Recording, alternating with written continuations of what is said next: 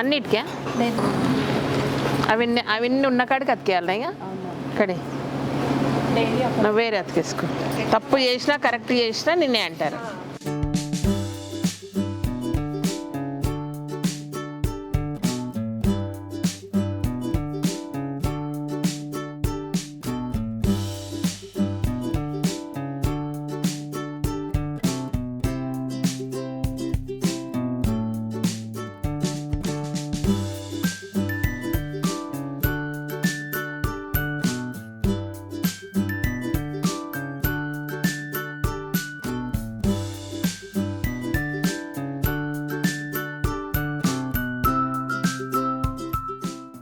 Okay, నీకు అప్ప చెప్పినమ్మా, తీసుకో.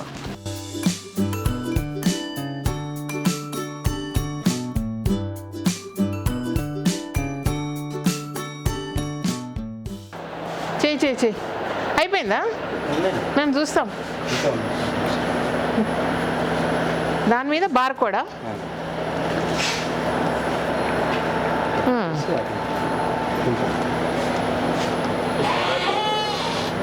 అయిపోయిందా?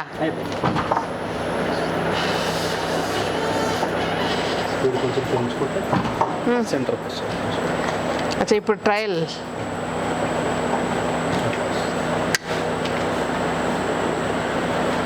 ఇవన్నిటికీ వేయాలనా? ఇప్పుడు నేను వేసి వస్తుంది అంటావా? దీన్ని కానిచ్చి పెట్టాలనా? ఓకే. లాస్ట్ ఇయర్ నేను కళ్యాణ్ ప్యాకింగ్ దానికి వెళ్ళాము ఢిల్లీకి.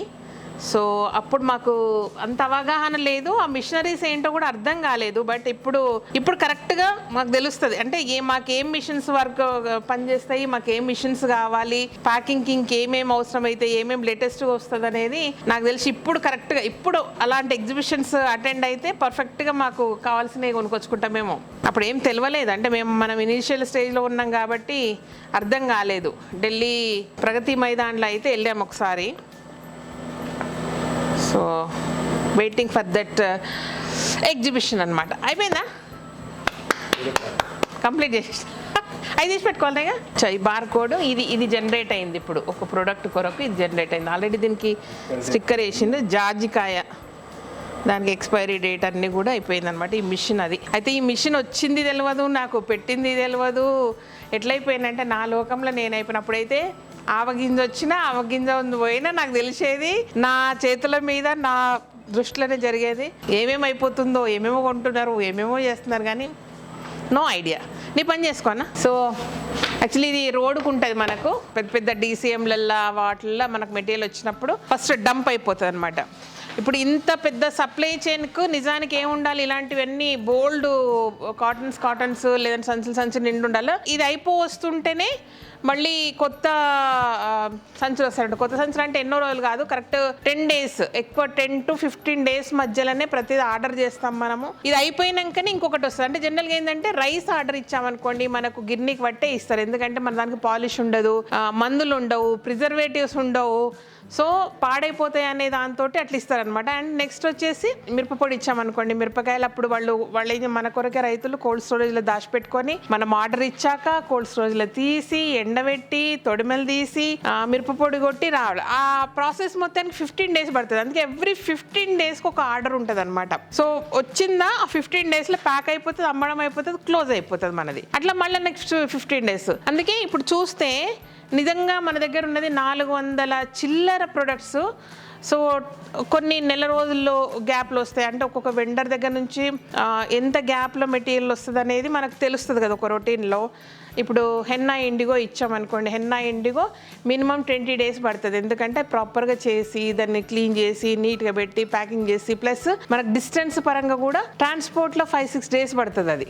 అట్లా కొన్ని ఏంటంటే దగ్గరున్న రైతులు నెక్స్ట్ డేకు పంపేయగలుగుతారు, కానీ వాళ్ళకి ముందు 1 week ముందు చెప్పాలి. పప్పులు పట్టేయడం కానీ, బియ్యం పట్టేయడం కానీ, పసుపు కొమ్ములు అప్పటికప్పుడు తీసి పట్టించి జల్లెడబట్టి ఫ్రెష్గా వస్తాయి మనకు, అదనమాట. అందుకు చూడండి లిమిటెడ్గానే కనపడుతుంది. ఇది కరెక్ట్ 1 weekలో ఖాళీ అయిపోతుంది. మళ్ళీ ఫ్రెష్ స్టాక్స్ వస్తూనే ఉంటాయి అనమాట. ఈరోజు ఇది ఉందా, దీన్ని మార్చేస్తారు ఇటేస్తారు, దీన్ని మార్చేస్తారు ఇటేస్తారు అనమాట. అట్లా లేదంటే కింద చీమలు పురుగులు పట్టే ఛాన్సెస్ ఉంటాయి. అది ఇట్లా నీట్గా ఉంచుకోకపోతే చాలా టఫ్ మెయింటైన్ చేయడం అంతే. ఆ 2 సంచులు కారం పొడి, ఒక సంచి జొన్నలు, ఒక 2 సంచులు అవి ఇట్లనే ఇవి ఏంటంటే 1 వీక్ ఒకసారి ఆర్డర్ ఇస్తూ ఉంటారు అనమాట. అవి దగ్గర ఉంటాయి కాబట్టి దానికి తగ్గట్టు వస్తుంది. ఎర్ర గోధుమ రవ్వ, చిట్టి ముత్యాలు, కలగూరగంప కొర్రలు, శ్రీదేవి కొర్రలు, ఇట్లా కలగూరగంప కొర్రలు, కలగూరగంప చిట్టి ముత్యాలు ఇట్లా వస్తాయి అనమాట. చాలా సార్లు సంచుల మీద నా పేర్లు రాస్తారు శ్రీదేవిని. మ్యాక్సిమం అందరు రైతులు అండ్ హోమ్ మేడ్ అన్నీ కూడా పికిల్స్ అవన్నీ కూడా ఇళ్లలో నుంచి లేడీస్ చేసి పంపిస్తారు. మళ్ళీ చెప్తున్నాను, ఈ సందర్భంలో మనకు హోమ్ మేడ్ అప్పడాలు, వడియాలు, జందకాలు, ఎస్పెషల్లీ తెలంగాణ ఏరియా జందకాలు అంటే బియ్యంతో చేసే జందకాలు, అవన్నీ చాలా అవసరం అండి. సో మీరు ఒకసారి చూసుకొని ఎవరైనా సరే మేము చేయగలము, బట్ క్వాంటిటీ చాలా అవసరం అవుతుంది మనకు. ఇప్పుడు ఒక నెలకు ఒక 100 కిలోల జందకాలు మినిమం చెప్తున్నాను నేను. అలా అంటే మీరు సంవత్సరానికి 1200 కిలోలు 1500 కిలోలు రెడీ చేసి పెట్టుకోవాల్సి వస్తుంది అనమాట. సో ఆ కెపాసిటీ గ్రూప్ ఆఫ్ పీపుల్ ఎవరైనా సరే అప్రోచ్ కావచ్చు. కలగూరగంప ఆఫీస్ నెంబర్ వచ్చేసి 7672047896 అది. లేదంటే మెయిల్ చేయొచ్చు, కలగూరగంపకు మెయిల్ చేయొచ్చు పర్సనల్గా, లేకపోతే sridevi.patlolla6@gmail.comకి కూడా అప్రోచ్ కావచ్చు అనమాట. ఇది విషయం. మజ్జిగ మిరపకాయలు ఇళ్లల్లో చేసేవి ఏవైనా సరే మీరు అప్రోచ్ అవ్వచ్చు. బట్ నీట్గా ఉండాలా, క్వాలిటీ ఉండాలా, టేస్ట్ ఉండాలి, అండ్ సేమ్ టైం క్వాంటిటీ మేజర్గా ఒకసారి పెట్టాక మళ్ళీ ఇంకా అవుట్ ఆఫ్ స్టాక్ పోవద్దు అనమాట. మనకు ఇట్లా ఫ్రెష్గా ఉండాలి. ఇక్కడికి వస్తే ముక్క వాసన అది ఉండద్దు అనమాట. కింద అంతా ఫ్లోర్ అంతా నీట్గా ఉంటుంది చూడండి. సంచులు టక్ వేస్తారు కానీ రీప్లేస్మెంట్ అనమాట ఎక్కడికక్కడ. సో ఈ మిషన్ వచ్చిన విషయం నాకు అసలు తెలియదు. మధ్యలో ఒకసారి 2 సార్లు చూసినా, బట్ అది ఎట్లా వర్క్ చేస్తుంది అనేది ఈరోజే చూస్తున్నాను నేను. సో ఇట్లా రాగానే వెయిట్ చూసుకొని ఏవేవి వాళ్ళ లిస్ట్ పంపిస్తారు కదా వెండర్స్, ఆ లిస్ట్ ప్రకారంగా అంత వెయిట్ వచ్చిందా లేదనే చూసుకొని వేసేస్తారనమాట. అది మా వాళ్ళ టైం అయిపోయి ఇచ్చింది, అందరు సర్దుకుంటున్నారు మంచిగా.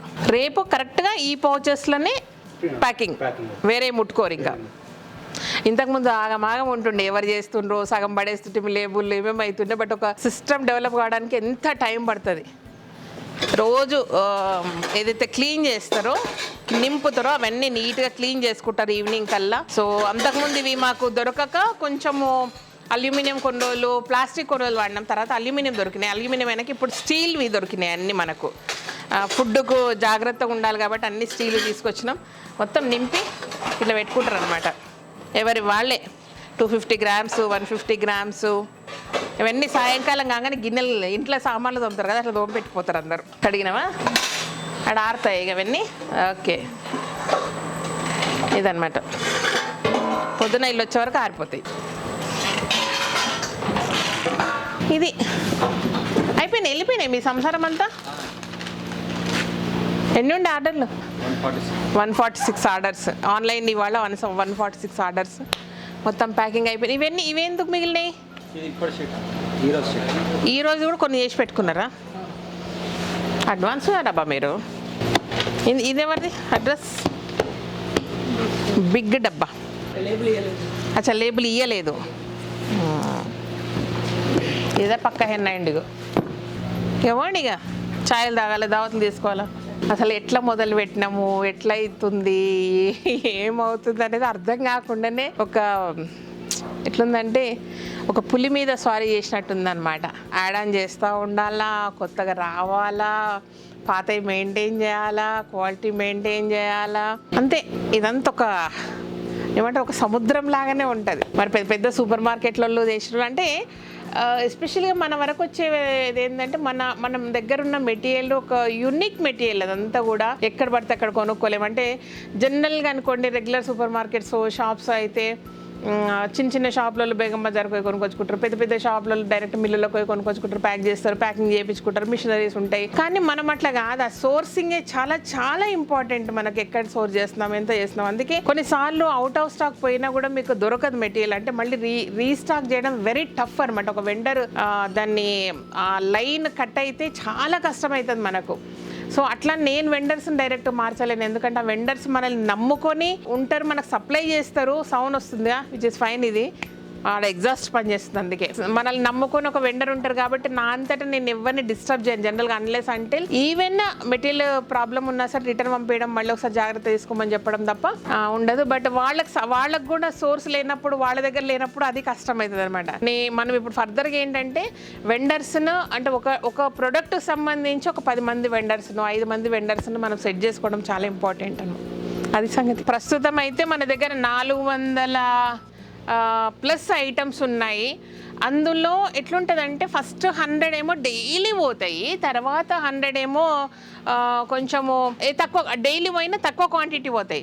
థర్డ్ 100s ఉంటాయి కదండి, అవి ఫ్రీక్వెంట్గా పోవన్నమాట ఐటమ్స్. లాస్ట్ 200 అటు ఇటు అవుతుంటాయి. ఓవరాల్గా 1 monthలో నేను చెక్ చేసుకున్నప్పుడు ఎట్లుంటుందంటే డైలీ నేను రిపోర్ట్ చూసుకుంటా, నాకు 1 అవర్కి ఏ ఐటమ్ ఎంత సేల్ అవుతుంది కూడా నాకు తెలుస్తుంది. నా మొబైల్ ఎస్పెషల్గా నాకు అట్లా చేసిస్తారనమాట. నేను ఓపెన్ చేస్తే టాప్ 10లో ఏముంది, టాప్ 20లో ఏముంది సేల్, ఇవి తెలిసిపోతాయి. But end of the day అంటే midnight 12 o'clock వరకు ఏంటంటే ఇన్ని హెన్నాలు పోయినాయి, ఇంత ఇది పోయింది అని చూస్తే మినిమం ఒక 150 ఐటమ్స్ ఉండాలి మనకు. 150 ఐటమ్స్ ఉంటేనే మన దగ్గర నుంచి స్టాక్ బాగా అంటే అన్ని వెరైటీలు కొంటున్నట్టు అనమాట. అట్లా ఆ 150 ఐటమ్స్ ఓవరాల్గా 1 month చూసుకుంటే 300+ ఉండాలి మనకి. లాస్ట్ 100 ఏంటంటే ఈ లాస్ట్ 200లో షఫల్ అవుతా ఉంటాయి అనమాట. అదొకటి వస్తుంది, ఏది పోకుండా ఉండదు మన దగ్గర. బట్ దానికి తగ్గట్టే క్వాంటిటీ తెప్పిస్తాం. అంటే కొన్ని చాలా తక్కువ అవసరం అయితే మనకు అలాంటి క్వాంటిటీస్ తక్కువనే చేస్తాం, తక్కువ తెప్పిస్తాము. బట్ టాప్ 100 టాప్ 200 మాత్రం పరిగెత్తినట్టే ఉంటుంది అనమాట మెటీరియల్ తెప్పించడానికి. అండ్ నేను అసలు ఎంత మంచి చింతపండు నెక్స్ట్ ఇయర్కి దొరుకుతుంది తెలుసా. ఈ సంవత్సరం కూడా దొరుకుతుంది కానీ నేను తెప్పేయలేకపోతున్నాను, ఎందుకంటే అది ఓన్లీ కరెక్ట్ 2 months ఉంటుంది. ఆ టైంలో కొనుక్కొని మనం కోల్డ్ స్టోరేజ్లో చేసుకోగలిగితే ఒక్కొక్కటి ఇంత పెద్ద సైజు ఉన్న చింతపండే ఉంటుంది అనమాట. అంత బెస్ట్ క్వాలిటీ ఇవ్వాలనేది నా థాట్. బట్ చూద్దాం నెక్స్ట్ ఇయర్కి ఏదైనా పాసిబుల్ అయ్యి మనం కూడా ఒక కోల్డ్ స్టోరేజ్ ప్లేస్ మనం చేసుకోగలిగితే, ఇది కొంచెం క్లియర్ అయితే మనం ఒక 2 floors 3 floors వేసిన ఒక ఫ్లోర్ పైన సోలార్ పెట్టిస్తే మనకి ఈజీ అది మెయింటైన్ చేయడము.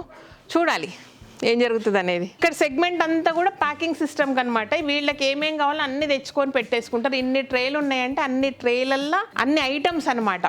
బట్ అక్కడ ప్యాక్ అయిపోయాక ఇక్కడికి వస్తుంది మనకు మేజర్గా. ప్యాక్ అయిపోయాక క్వాంటిటీ, సో కౌంటు అంతా ఇది మేజర్గా. ఏమంటే మనకు రైతులకు సంచులు దొరకవు, ఏ సంచులు అంటే ఆ సంచులు వేస్తారు. బట్ ప్రతిదానికి రాసి పంపిస్తుంటారు అనమాట. ఇట్లా ఈ వేరే బ్రాండ్ అవన్నీ కూడా మనవి కావు. అంటే అవి ఆ బ్రాండ్ కాదు మనం అమ్మేది, బట్ అందులో వేరే మెటీరియల్ వస్తూ ఉంటుంది. రైతులు కాబట్టి వాళ్ళకు పొయ్యి ఎన్నైనా మార్కెట్లో కొనుక్కొచ్చుకొని అందులో వేసిస్తారు అనమాట మనకు. ఇది మొత్తం ఇదో సంసారం. సో ఎయిర్ ఉండాలా, దానికి నెట్ ఉంది ఎలుకలు రాకుండా, అదొక ఎగ్జాస్ట్ కంప్లీట్గా. బట్ ఇందులో కొంచెం హీట్ ఉండడం వల్లనే మనకు పురుగు పట్టడం అనేది చాలా తక్కువ.